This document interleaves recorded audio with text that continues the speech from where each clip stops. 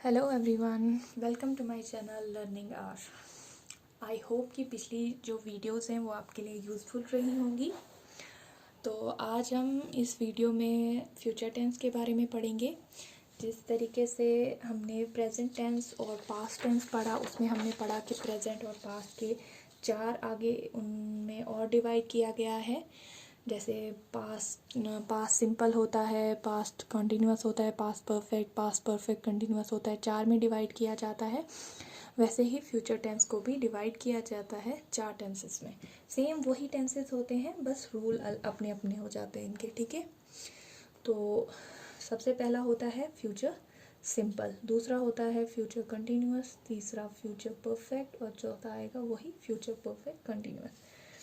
अब हम स्टार्ट करते हैं फ्यूचर सिंपल से, ठीक है। तो सबसे पहले रूल की बात करेंगे। रूल क्या है इसमें? सब्जेक्ट, आपको पता है हर सेंटेंस शुरू कहाँ से होता है? किसी सब्जेक्ट से, ठीक है। सब्जेक्ट क्या क्या हो सकता है? सब्जेक्ट आपके प्रोनाउंस हो सकते हैं, सब्जेक्ट आपके नाउन्स हो सकते हैं, सिंगुलर नाउन हो सकता है, प्लूरल नाउन हो सकता है, ठीक है। सिंगुलर या प्लूरल नाउन हो सकता है, कोई भी, ठीक है। तो जिससे हम अपना सेंटेंस शुरू करते हैं। सब्जेक्ट होता क्या है? सब्जेक्ट होता है कि जिसके बारे में बात की जा रही हो, ठीक है।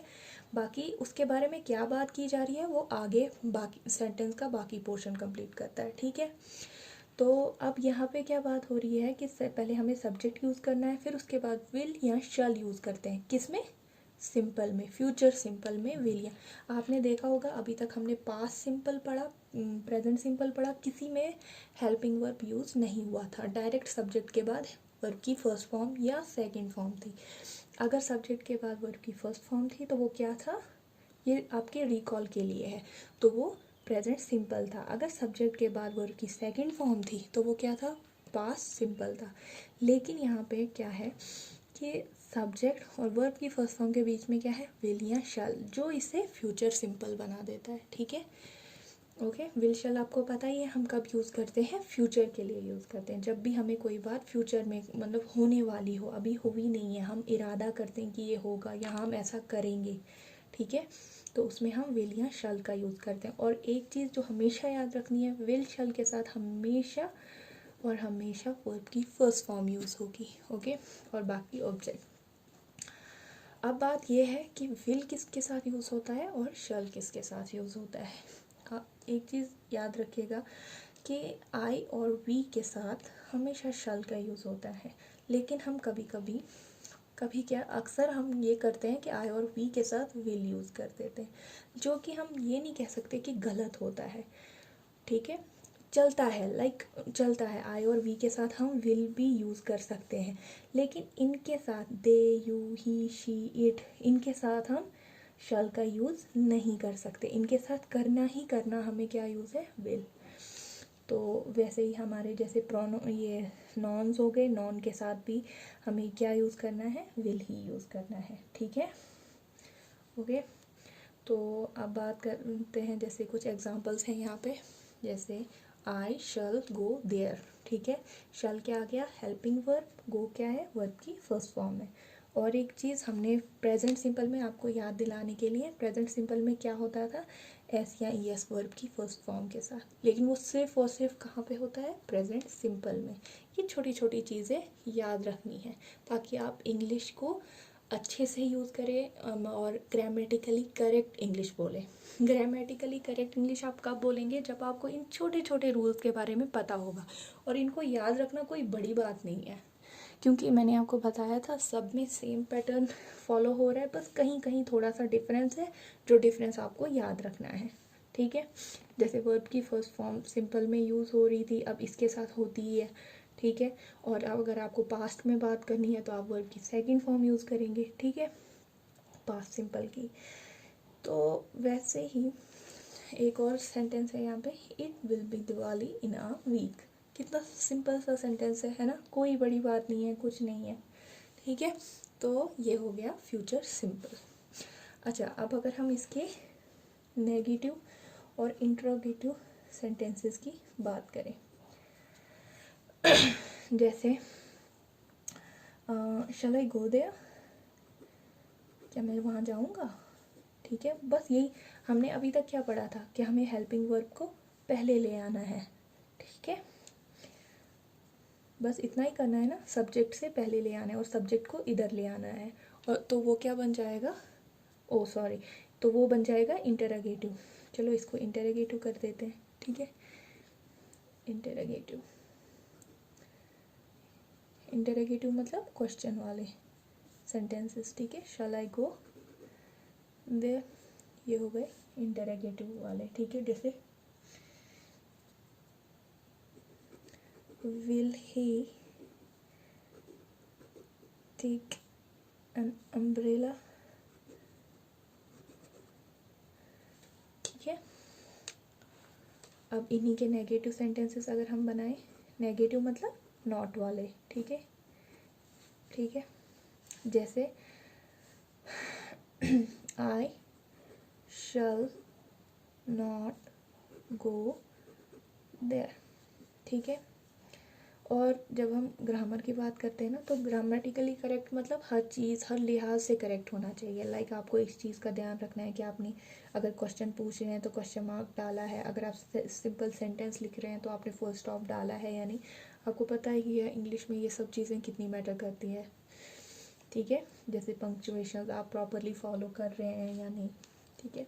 ये हमें तब पता चलता है जब हम किसी एग्ज़ाम हॉल में बैठे हों और इंग्लिश का पेपर कर रहे हो, ठीक है। जैसे ही विल नॉट टेक, ठीक है, ओके। सिंपल है ना, कुछ भी खास नहीं है। जिसको ये समझ आ गई यहाँ पे, मतलब इसका रूल समझ आ गया, याद रह गया, वो नेगेटिव और इंटरोगेटिव भी कर लेगा, उसके लिए कोई बड़ी बात नहीं है, ठीक है। तो अब हम नेक्स्ट बात करते हैं फ्यूचर कंटिन्यूअस की।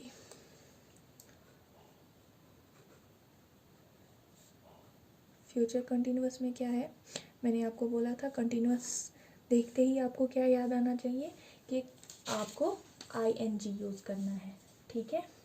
जैसे क्या है, हम रूल से बताएंगे आपको। जैसे पहले क्या होता है, हर सेंटेंस की शुरुआत किससे होती है, सब्जेक्ट से, कि किसके बारे में बात हो रही है, ठीक है। फिर अब हेल्पिंग वर्ब होगा ही, तो हेल्पिंग वर्ब कैसे होंगे, विल बी या शैल बी, ठीक है। और फिर वर्ब की फर्स्ट फॉर्म के साथ ING। मैंने आपको बोला था कंटिन्यूअस देखते ही क्या याद आना चाहिए, वर्ब की फर्स्ट फॉर्म और ING, ठीक है। ये हर एक जगह यही था, सिर्फ हेल्पिंग वर्ब बदल रहा है। फ्यूचर के देख के विल और शल तो याद आएगा, ये जाहिर सी बात है ना। तो पास्ट में क्या होगा, वाज या वर होगा, प्रेजेंट में क्या होगा, इज एम आर होगा, ठीक है। और कंटिन्यूअस जहाँ है वहाँ वर्ब की फर्स्ट फॉर्म और ING तो होगा ही होगा, ठीक है। बस ये कुछ चीज़ें जो आपको याद रखनी है। बस जो आपने अभी यहाँ फ्यूचर सिंपल में देखा कि जैसे आई और वी के साथ क्या लगेंगे, आई और वी के साथ शल का यूज़ होगा, और बाकियों के साथ क्या लगेगा, ये लगेगा विल बी, ठीक है। जैसे अब हमें एग्जांपल से समझेंगे, ठीक है। जैसे it will be raining, it will be raining,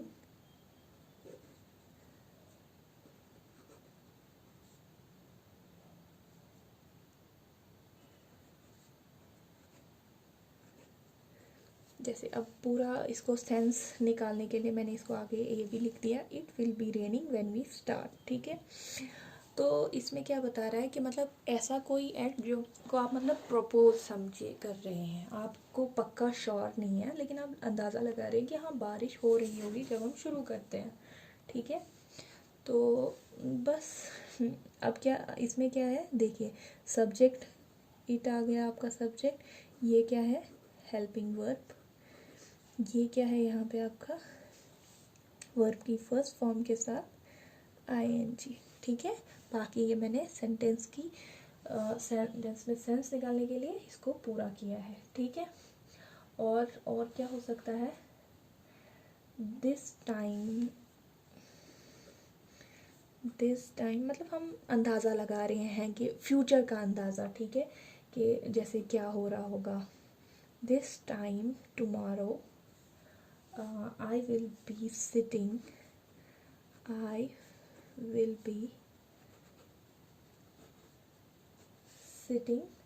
on the beach in Singapore. ठीक है. हाँ, इसमें क्या बता रहा है कि मतलब अंदाज़ा लगा रहा है कि इस टाइम कल में, हम कहते हैं ना कि हम इस टाइम कल, इस टाइम अगर हम कहीं जा रहे होंगे तो हम कहते हैं कल इस टाइम मैं सफ़र कर रही होंगी या कर रहा होऊंगा, कल इस टाइम में वहाँ जा रहा होऊंगा. मतलब जो काम हमें प्रपोज जो करने वाले होते हैं तो हम उन्हें ऐसे इस वहाँ पे क्या यूज़ होगा, फ्यूचर कॉन्टीन्यूअस. ठीक है. जैसे हम इस सेंटेंस में बात कर रहे हैं कि this time tomorrow I will be sitting on the beach in Singapore. मतलब उसने ये प्लान रखा हुआ है कि मैं बीच पर जाऊंगा, वहाँ बैठूंगा, वहाँ पे बैठ रहा हूँगा, इस टाइम पे मैं ये काम कर रहा हूँगा. तो ये जो और एक चीज़ मुझे यहाँ पे याद आई, मैंने आपको बोला था कि कंटिन्यूअस में क्या होता है, रहा है, रही है, रहा है. कंटिन्यूअस में हम क्या बात करते हैं, रहा है, रही है, है ना, रहे हैं, ये सब बोलते हैं ना. तो वैसे ही यहाँ फ्यूचर कंटिन्यूअस में क्या, कर रहा हूँगा, हूँगा बोलते हैं. ठीक है. मतलब जो फ्यूचर वाली बात कर रहे हैं. तो ये मैंने जो बोला रहा है, रही है, वो किस में, प्रेजेंट कॉन्टीन्यूअस के लिए हम बोलते थे. ठीक है. तो जब आप सेंटेंस मतलब ये बोलने वाले हों तो वहाँ से आपको पता चलेगा कि आपको ये किस सेंटेंस में इसको ट्रांसलेट करना है. ठीक है. जब आपको उर्दू या हिंदी बोलनी आएगी, मतलब आपको पता है कि आप ये बोलना चाह रहे हैं. ठीक है. और आपको ये पता है कि हाँ, इसमें हम इंग्लिश में कौन सा टेंस यूज़ कर सकते हैं. लाइक आप ये बोलना चाह रहे हैं कि मैं वहाँ खेल रहा हूँगा, कल मैं इस वक्त वहाँ पे खेल रहा हूँगा. तो आप क्या बोलेंगे, दिस टाइम टुमारो. ये ऐसे ही, दिस टाइम टुमारो. ठीक है. I will be playing football match. ठीक है. सिंपल है ना. या we shall be playing football match. कल हम इस वक्त. अब ये मत कह देना कि आई के साथ विल क्यों लगा है. मैंने कहा ना, आई और वी के साथ विल भी लग सकता है, शैल भी लग सकता है. इसको हम गलत नहीं कह सकते.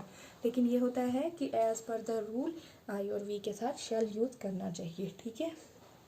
ओके. तो अब अगर हमें इन्हीं सेंटेंस का क्या नेगेटिव और इंट्रोगेटिव सेंटेंसेस बनाने होंगे तो क्या करना है, हमें कुछ ज़्यादा नहीं करना है, बस नॉट ऐड कर देना है. It will not be raining. ठीक है.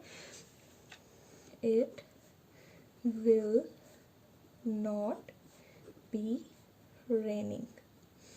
ठीक है. बाकी का सेंटेंस पूरा करना है. ठीक है. या फिर I will not be sitting.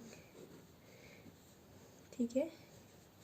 या फिर ये वाला इस सेंटेंस में I will not be playing football match. ठीक है. नहीं खेल रहा होगा या कुछ भी.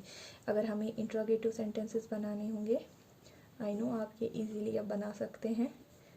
क्या करना है, बस विल को पहले ले आओ, सब्जेक्ट से पहले. Will it be raining. Okay. ये पता है ना हम नॉट क्यों नहीं यूज़ कर रहे हैं यहाँ पे, क्योंकि हम इससे मतलब पॉजिटिव वाले सेंटेंसेस को इंट्रोगेटिव बना रहे हैं. हमें एक टाइम पे एक ही चीज़ चाहिए. अभी हम ना वाली बात नहीं कर रहे हैं. ठीक है. अभी हम ना वाली बात नहीं कर रहे हैं. तो विल इट बी रेनिंग या फिर will I not be sitting. Will I be sitting. ठीक है. ऐसे. और फिर क्वेश्चन मार्क. ठीक है. तो ये हुआ फ्यूचर कंटिन्यूअस टेंस. ठीक है. और तो अब हम बात करेंगे फ्यूचर परफेक्ट टेंस की. तो फ्यूचर परफेक्ट टेंस में परफेक्ट से क्या याद आता है आपको? परफेक्ट, उम्मीद करती हूँ क्या याद आना चाहिए। प्रेजेंट परफेक्ट में क्या यूज़ हुआ था? हैज़, हैव यूज़ हुआ था और वर्ब की थर्ड फॉर्म। परफेक्ट से क्या याद आना चाहिए? वर्ब की थर्ड फॉर्म। तो वर्ब की थर्ड फॉर्म तो ऐसे ही यूज़ नहीं होगी। रूल से शुरुआत करते हैं। जैसे सेंटेंस की शुरुआत किससे होती है? सब्जेक्ट से होती है। ओके, फिर सब्जेक्ट के बाद क्या होता है? अब इसमें विल शल तो हर एक में चलता रहेगा, क्योंकि विल और शल ही हमें कहाँ ले जाएंगे? फ्यूचर में। तो फ्यूचर में एंटर करने के लिए आपको विल और शल की हेल्प लेनी ही लेनी है। बाद में आप विल शल के साथ कुछ भी ऐड कर लो, लेकिन विल शल आपको फ्यूचर टेंसेस बनाने में हेल्प करेंगे। जैसे अभी अगर आपको फ्यूचर परफेक्ट बनाना है तो आपको क्या करना है? विल हैव या शल have, subject plus will have या शल हैव प्लस वर्ब की third form plus object. Okay, तो इसमें क्या होगा? जैसे अब आपको पता है विल और शल क्या यूज़ करना है? आई और वी के साथ ये यूज़ करना है, ठीक है। बाकियों के साथ ये सब यूज़ होगा विल। एग्जाम्पल से समझते हैं, ठीक है। जैसे आई shall have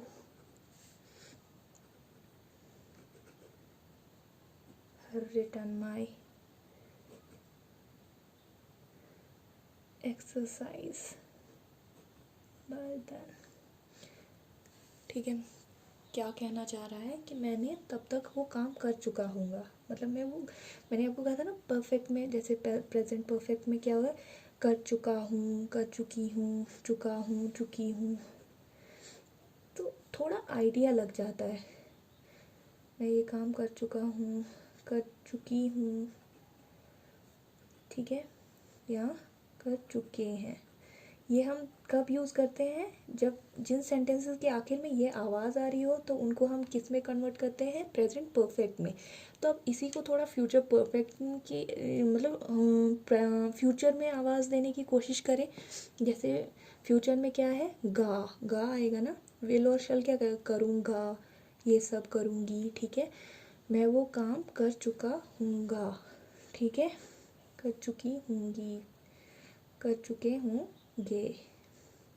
आई होप आपको समझ आ रहा है। जैसे मैंने समझा है, मैं चाहती हूँ आप भी उसे वैसे ही समझें और इसको इजी बनाएं। पता नहीं आधे लोगों को क्यों मतलब ये टेंसेस इतने मुश्किल लगते हैं, जबकि ये है नहीं, ठीक है। तो जब जिन सेंटेंसेस की आवाज़ ऐसे आ रही हो, कर चुका हूँगा, चुकी होंगी या चुके होंगे, तो उनमें अगर हमें उन सेंटेंसेस को इंग्लिश में ट्रांसलेट करना हो, लाइक हमें उनकी इंग्लिश बनानी है, तो हम क्या बोलेंगे? हम क्या यूज़ करेंगे? Shall have. I shall have written my exercise. मतलब ये फ्यूचर की ही बात कर रहा है, और फ्यूचर की बात करने के लिए उसने क्या यूज़ किया है? शैल। मैं वो तब तक वो काम कर चुका हूँगा, मैं अपनी एक्सरसाइज ख़त्म कर चुका हूँगा, ठीक है, लिख चुका हूँगा। आई शैल हैव रिटन, ठीक है। या फिर जैसे एक और एग्जांपल लेते हैं, ही will have left, he will have left before you गो। अब ये है कि इन सेंटेंसेस को हमें थोड़ा और दूसरे सेंटेंसेस के साथ ऐड करके पूरी सेंस निकालनी पड़ती है, ठीक है, ताकि समझ आ जाए। He will have left before you go to see him. वो तब तक जा चुका होगा, आपके वहाँ पहुँचने से पहले वो जा चुका होगा। आपको समझ आ रही है ना कि मैं क्यों आपको ये बोल रही हूँ? इस आवाज़ पे ध्यान देना है। चुका हूँगा, चुके होंगे, ठीक है। वो जा चुका होगा या वो गया होगा, ठीक है। अब ज़बरदस्ती चुका होगा वाली वो आवाज़ नहीं निकालनी है। जैसे अगर यहाँ पे ये भी हो, वो चला गया होगा, ठीक है, वो चला गया होगा आपके वहाँ पहुँचने से पहले, कि आप उससे मिलेंगे तो उससे पहले वो जा चुका होगा। ओके, ठीक है। आई होप ये आपको क्लियर है यहाँ तक। अब अगर हमें इन्हीं का नेगेटिव सेंटेंस बनाना हो तो क्या बनेगा? आई शैल नॉट। यहाँ पे क्या करना है? आई शैल नॉट हैव, ठीक है, यहाँ पे नॉट लगा देना है, ठीक है। ये आ गया इसका नेगेटिव सेंटेंस, ठीक है। और अगर हम इंटरोगेटिव की बात करते हैं तो इंटरोगेटिव में क्या करेंगे, देखिए ये बहुत इजी है इसलिए मैं इसको पूरा कंप्लीट नहीं कर रही हूँ। ये अंडरस्टूड है कि अब आपको अभी तक हमने इतनी बार ये रिपीट किया है कि अब तक तो आ ही गया होगा। अगर कोई सीखने के लिए इस वीडियो को फॉलो कर रहा है, पहले से ही पहली 2 वीडियोस भी देख चुके हैं, तो जैसे इसमें क्या होगा, इसी सेंटेंस को क्या बनेगा, शाल, बस ये पहले ले आना है अपना helping word, shall I have written my exercise, क्या मैंने तब तक वो काम कर लिया होगा क्या, मतलब ऐसे, ठीक है। माई एक्सरसाइज, क्या मैंने वो तब तक काम कर लिया होगा, ठीक है, ओके। तो ये हो गया फ्यूचर परफेक्ट टेंस, ठीक है। तो अब बात करते हैं फ्यूचर परफेक्ट कंटिन्यूअस की।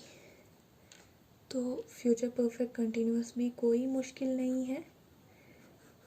अगर आपको ये प्रेजेंट से कुछ याद आ रहा हो तो प्रेजेंट परफेक्ट कंटिन्यूअस यहाँ पास्ट परफेक्ट कंटिन्यूअस में क्या था, कंटिन्यूअस से क्या आपको याद आना चाहिए, वर्ब की फर्स्ट फॉर्म और आईएनजी, ठीक है। और परफेक्ट से क्या याद आना चाहिए, हैव, हैड, है ना, हैव या हैड, ठीक है, ये सब याद आना चाहिए ना। तो अब अगर ये फ्यूचर की बात करें तो हैड की हेल्प तो हम ले ही नहीं सकते, ठीक है। तो फ्यूचर से क्या याद आना चाहिए, विल या शैल, बस बन गया इसका रूल, कौन सी बड़ी बात है ना, बन गया ना रूल। वर्ड्स ने खुद कहा कि उसमें क्या रूल आएगा, कहा ना, हो गई हेल्प। फ्यूचर क्या आएगा, विल या will have been, will have, और आपको पता है फ्यूचर परफेक्ट कंटिन्यूअस में एक चीज़ क्या होती है इम्पोर्टेंट, बीन, बीन याद रखना है future perfect continuous, will have been या शैल हैव बीन, ठीक है। और वर्ब की फर्स्ट फॉर्म के साथ आईएनजी, ठीक है। और ऑब्जेक्ट, एक और चीज़ मैं बताऊं कि अभी तक हमने प्रेजेंट में क्या यूज़ किया था, हैव या हैज़ यूज़ करते थे, लेकिन यहाँ पे सिर्फ और सिर्फ हम हैव यूज़ करते हैं, ठीक है। क्योंकि ये फ्यूचर है तो फ्यूचर के हेल्पिंग वर्ब के साथ एक ही यूज़ होगा, और बल्कि फ्यूचर के 2 अलग अलग यूज़ होंगे, विल या शैल, ठीक है, मतलब फ्यूचर की चलेगी यहाँ पे, ठीक है, याद रखने के लिए, ओके। तो अब किसी एग्जांपल में इसको फिट करके देखते हैं कि ये अप्लाई होता भी है या नहीं, ठीक है। जैसे by next March we shall have been living here for 4 years। हाँ, एक और चीज़ क्या थी इसमें कि हम इसमें सिंस या फॉर का यूज़ करते हैं, है ना। सिंस हम कब यूज़ करते हैं, जब हमें पूरे एग्जैक्ट एक्चुअल टाइम का पता है, ठीक है, एक्चुअल टाइम के लिए। और फॉर कब, जब एस्टिमेटेड टाइम है, एक अंदाज़ा है, मतलब टाइम का आप क्या अंदाज़ा लगा रहे हैं, ठीक है, तब हम फॉर का यूज़ करते हैं। अब क्या, by next March we shall have been living here for 4 years, मतलब अगले मार्च में हमें यहाँ 4 साल हो जाएंगे, ठीक है। तो ये टेंस वैसे ज़्यादातर यूज़ नहीं होता है, उतना कॉमन नहीं है, लेकिन हम यूज़ कर भी सकते हैं, ठीक है।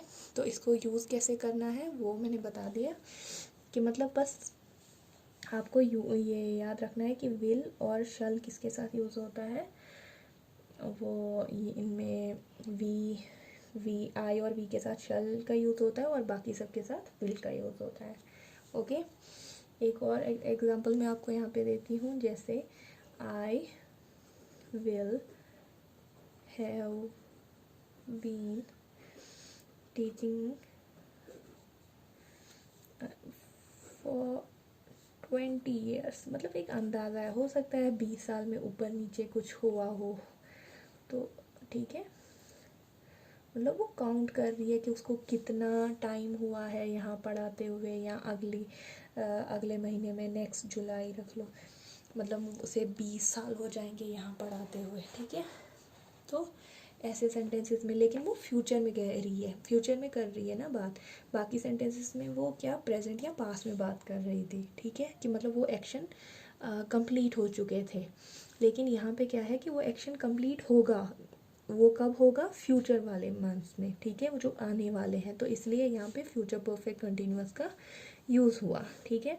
अगर ये एक्शन कंप्लीट हो चुके होते, मतलब प्रेजेंट में, या फिर चल रहे हैं, गोइंग ऑन होते, चल भी रहे हैं, और वो काम कर भी रही है, पढ़ा भी रही है, और वो चल भी रहा है, लाइक वो अभी भी पढ़ा रही है, तो क्या होता, तो यहाँ पे आता I have been teaching here for 20 years, ठीक है। तो होता कि मतलब वो काम, मतलब उसे करते हुए काफ़ी टाइम हुआ और अभी भी चल रहा है, तो वहाँ पे आता प्रेजेंट परफेक्ट कंटिन्यूअस। लेकिन यहाँ पे क्या है कि वो उसको आने वाले वक्त में इतना टाइम हो जाएगा, तो यहाँ पे फ्यूचर परफेक्ट कंटिन्यूअस यूज़ हुआ, ठीक है। या फिर अगर वो कंप्लीट हो चुका होता, मतलब पास्ट में, हम गिन रहे हैं और हम पास्ट की बात कर रहे हैं, फिर क्या आता, I had been teaching for 20 years, मतलब देयर, मैं वहाँ पे 20 साल से पढ़ा रही थी, मतलब वो पास्ट में कंप्लीट हो चुका है, ठीक है। उम्मीद करती हूँ आपको लिए ये वीडियो यूज़फुल होगी, आपको समझ आया होगा। तो इसी के साथ हमारे टेंसेस ख़त्म होते हैं।